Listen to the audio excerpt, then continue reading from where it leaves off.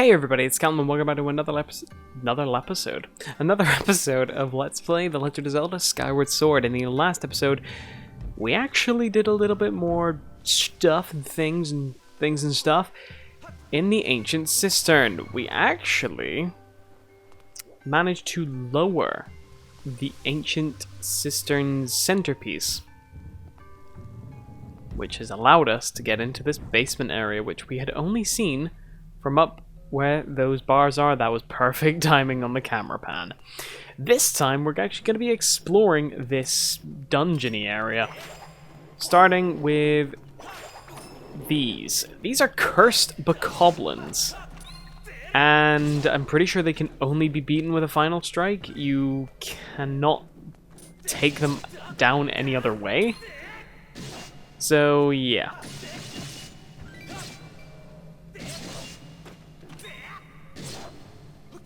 I believe if you knock them down, I mean, we can test it right here. Pretty sure if you knock them down, leave them to get back up, knock them down again, they won't be dead. They wait for a final fatal strike. It's odd that an enemy just doesn't want to die, but that's because these guys are essentially freaking zombies. They're just zombie bokoblins in a way. But again, as the name suggests, they are cursed bokoblins. And anything with the name beginning with cursed is not something you really want to be dealing with. They're annoying. They don't drop anything as far as I'm aware. But yeah. I mean, they drop rupees and hearts and stuff, but that's typical enemy drop. They drop nothing special is probably what I mean. Okay, let's just send out our beetle and scout out the area. So, we've got a centerpiece here. We've got a bombable area over there, as well as some swingy parts, levers. Okay, well, there's a lot to this place. But what do you expect from a Zelda dungeon? Let's be real. Though now on the map, we can actually see that this place isn't all as big as it actually is. It's a lot of parts spread out over this bigger space. So it's actually smaller than most would think. And also, I'm pretty sure these sink and break. So I don't really want to be stood on those for too long. I'm actually going to head back this way because there was more path up ahead. And I just kind of want to see what's down there. Other than keys. I knew keys were going to be down here. And, ooh, one of the keys dropped a monster claw. Nice. Those are actually surprisingly a lot less common to come across than you'd think.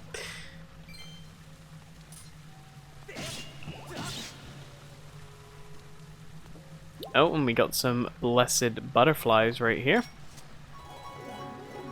Which can only mean, well, two things. But in this case, it meant Goddess Wall. And as promised, I'm going to show off the other drawings. There are bombs behind us, so I don't really want to do that. Let's just draw a rupee, I guess. It recognizes it. Gives you quite a few rupees, too. Not bad. Anyway, there are bombs right here, and this says, a gemstone shines deep within the eye. Strike it to shut the mouth and dam the flow. Stop looking at the sign. But yeah, as you can see, waterfall is blocking our way. So, yeah, we can't do anything there. Though we did hear there is a gemstone in the eye. And you know what that means. We're sending our beetle up to see what we can do. God, I wish this thing were faster. It's fine, we'll upgrade it after we get this Sacred Flame. It's all good. And there we go. And because I'm a little too lazy to walk over there, we are just going to fly our beetle in here. Hopefully turn it around by looking down. There we go.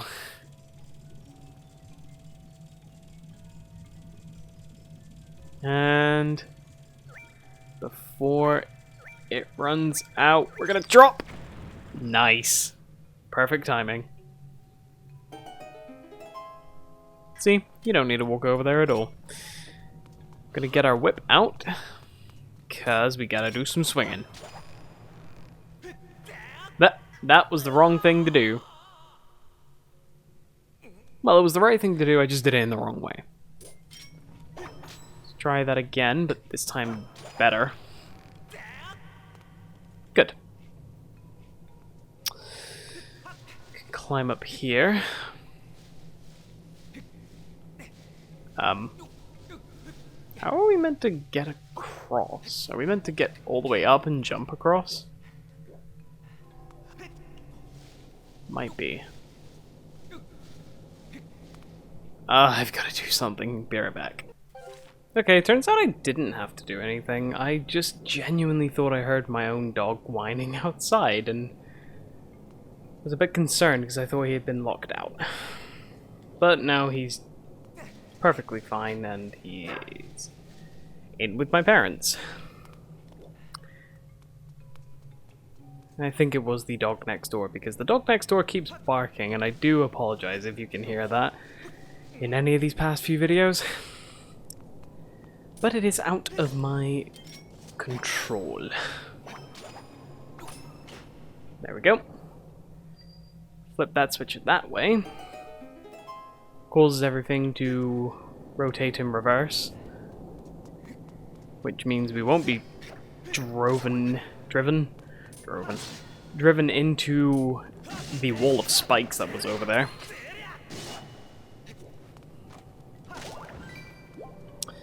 And it also means that we can progress. After we deal with some cursed bokoblins. I think they're always dropping rupees. Nice. Good rupee grind, I guess. Okay.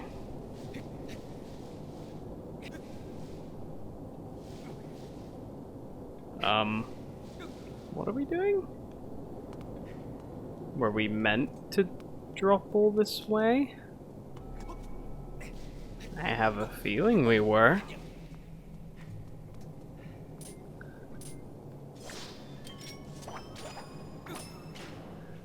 I have a feeling we're meant to turn that the other way, but who knows at this point? I actually don't know where the hell I am, or what the hell I'm meant to be doing. Though I have a feeling it can be dropped over this side. Ah. We have stuffs to do. Really? No drops at all. Okay.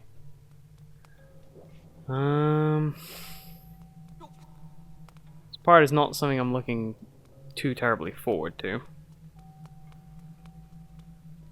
So let's just get this first and foremost. Causes a water stream to come up, which creates a shortcut for us. Which is very helpful, actually. Whereabout is it? Oh, it's right by the entrance. Okay. Well, time to do this. This part is not fun. You essentially have cursed bokoblins chasing after you on this thread. This is a reference to, I believe, a Buddhist or Japanese fairy tale, horror story, whatever you want to call it, where there's somebody essentially climbing out of hell. I'm probably going to butcher this entirely, but I'm pretty sure it's about somebody climbing out of hell on a single thread of spider string. Okay, so I was a little bit correct in both senses here. So this comes from a Japanese Buddhist tale, so it is both, called the Spider Thread, or Kumo no Ito in Japanese, where basically Buddha lowers a silk thread down into a pond full of lilies that leads to the depths of hell, and then a sinner's trying to climb up it. That's pretty much it. So, it's a sinner trying to get from hell to heaven, and yeah, it's a reference to that. Return the statue to its original form and descend below the earth again along this thread. There you will find the key to the path ahead. Man, I wish that dog would stop. Anyway, we extend this path out, walk along it, and we can do exactly what the stone slate said. Take the statue back up.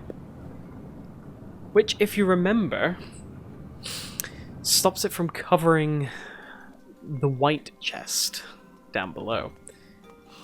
Up here is a save point if you really need to save, but we're just going to jump down. But yeah, I believe it is a Buddhist or Japanese tale about, well, a guy ascending out of hell on a single string of spider thread and being followed by the souls of the damned, who are also trying to escape along that single thread. And he, I believe, gets greedy and fights his way off, and that doesn't bode well for him. We're going to ignore the cursed bokoblin for now, and just head down to the chest and grab the dungeon key.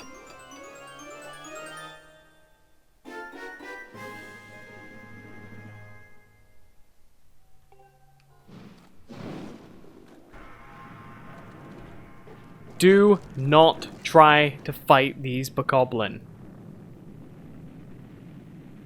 Just get out of there. Though now that sequence is... Okay. Now that sequence has gone on, I'm pretty sure I do remember these guys can drop something. And it is one of the... I think the only material we actually haven't obtained?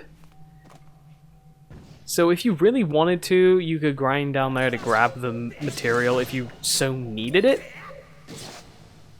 But to be honest, I'm not in desperate need for this material. I just only just remembered that you can actually grab it. Yeah, it is one material missing, and if you highlight over it, it does tell you what they're called. It's an evil crystal. Not really at all that interesting at the moment. Put our shield back on because I accidentally took it off.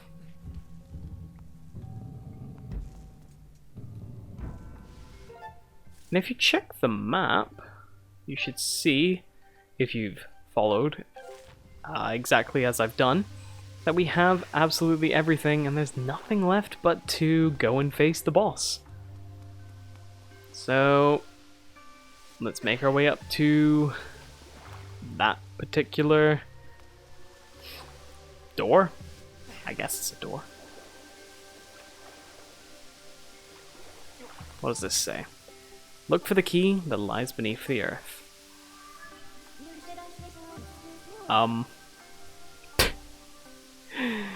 Okay, Fi. Let's just grab this and rotate until we put it in place.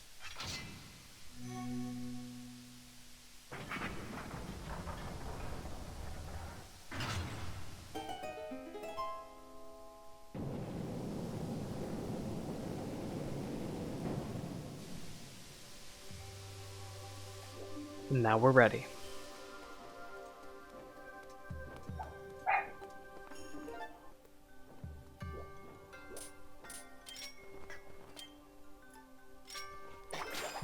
Let's just start flicking these switches at the top of the statue's head.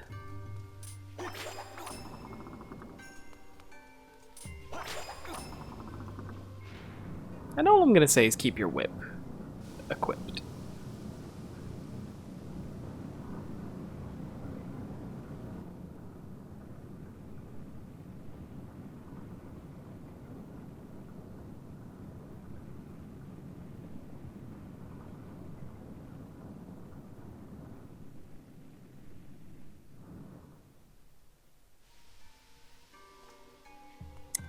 Save point here, if you wish. Heart plants. And that's it.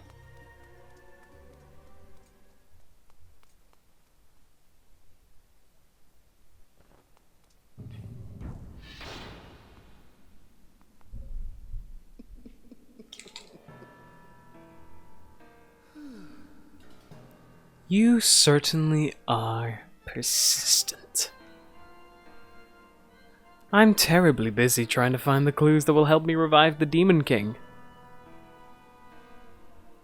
Your incessant buzzing around my head like some irksome gadfly when I'm this busy is... well, it's making me very disagreeable.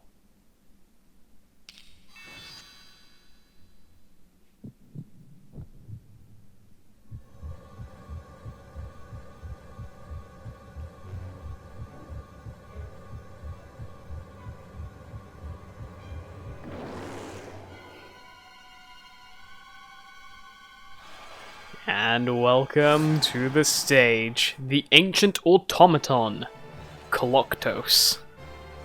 Or Clockwork, however you really want to pronounce it. This guy is pretty cool.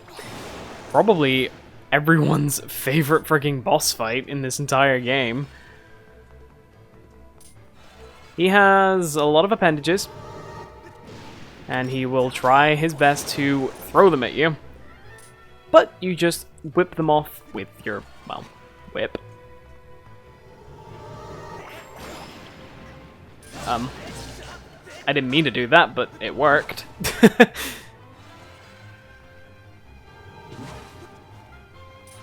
Okay. You gonna throw down any arms? Yeah? Yeah, I like that. You can rip both of them off if you are quick enough, but then you just... then it is just a matter of slashing the heck out of the heart in the middle.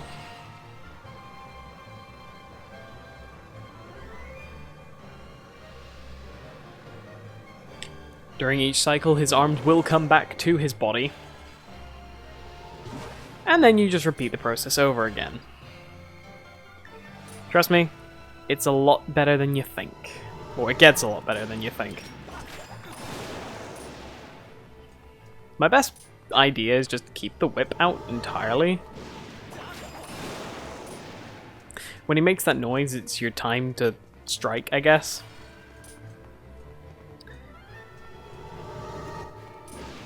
Like so. Get both of them, because you are very quick and skilled, and yeah. And then slash at his heart until his weapons are no more.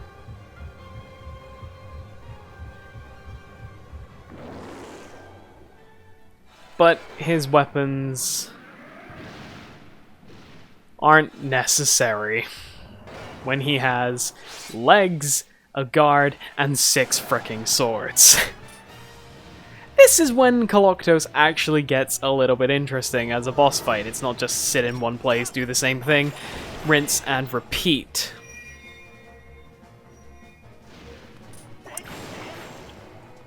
That sword is glowing on the floor, but we will ignore it for now. I just want to be able to actually get the... oh, his... okay.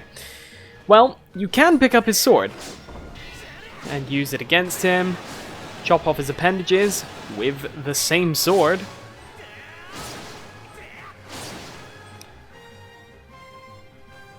And I believe this phase you have to do twice. I think this is now the last phase you have to do it, making this boss have 4 phases. Wow, that was actually the first hit I got off of Clockwork. Okay, you're gonna throw down your arms. Nope, you're gonna spawn cursed bokoblins. Of course you are. You can defeat the cursed bokoblins, and this time they actually die relatively easily. You don't have to fatal strike them at all. Come on, what are you gonna do? What are you gonna do? Okay. He can destroy these pillars as well. You can also. It's just your way of getting extra hearts. if you so need them. I do not, so... And you can actually just get rid of a lot of his arms in one go if you really want to, and if you're quick enough about it. But really, what you're going to want to do is just chop off his legs, chop off his arms, and just keep slashing away at his heart. Okay, never mind. He has, I believe, 5 hits. Very uncommon for a Zelda boss. Normally, 3 or 4 is the standard. Well, 3 is the standard, 4 is the max. It usually is if it's an extended fight. But I now assume that this is going to be the last one. I don't know if these Cursed Bokoblins drop evil crystals also. I mean, it'd be good if they did. It's much easier than grinding them off of the Cursed Bokoblins down in the basement. Any swing you take at Clockwork during this phase will interrupt his attacks, and there we go. Clockwork is defeated. It's a shame. It was a pretty statue. Or collection of armored pieces.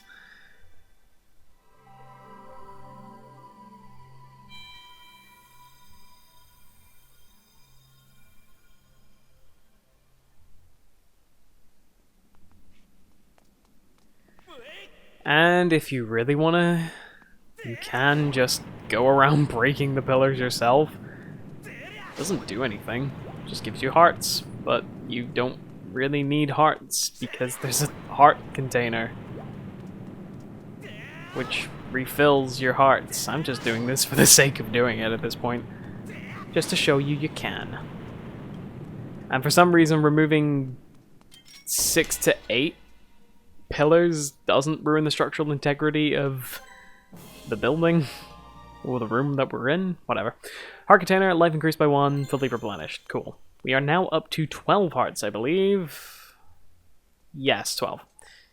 I didn't have to count them.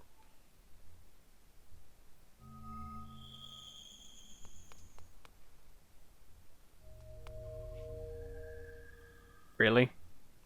Battery warnings? We don't have much, so... Let's stand on the crest. Skyward Strike. That battery warning's just gonna be there for the rest of this video.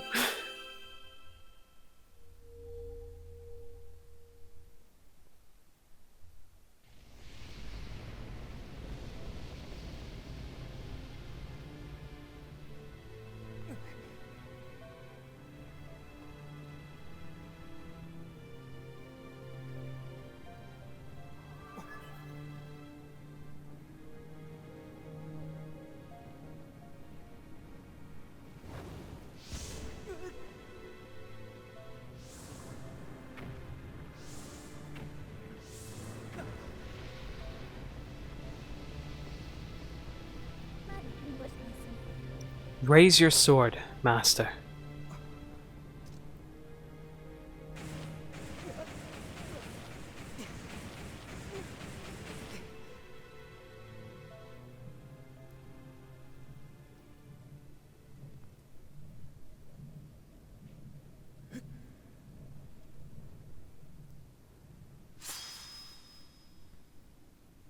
The flames of furor have improved your sword, making it longer and sharp enough to do twice as much damage.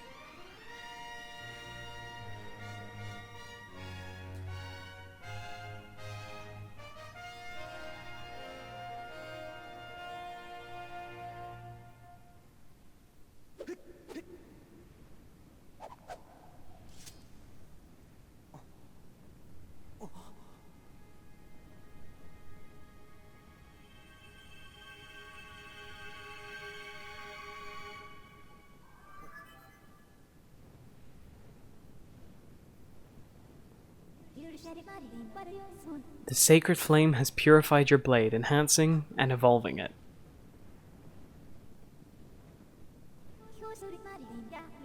With your sword now enhanced, you are ready to learn a new melody. should return to the Isle of Songs.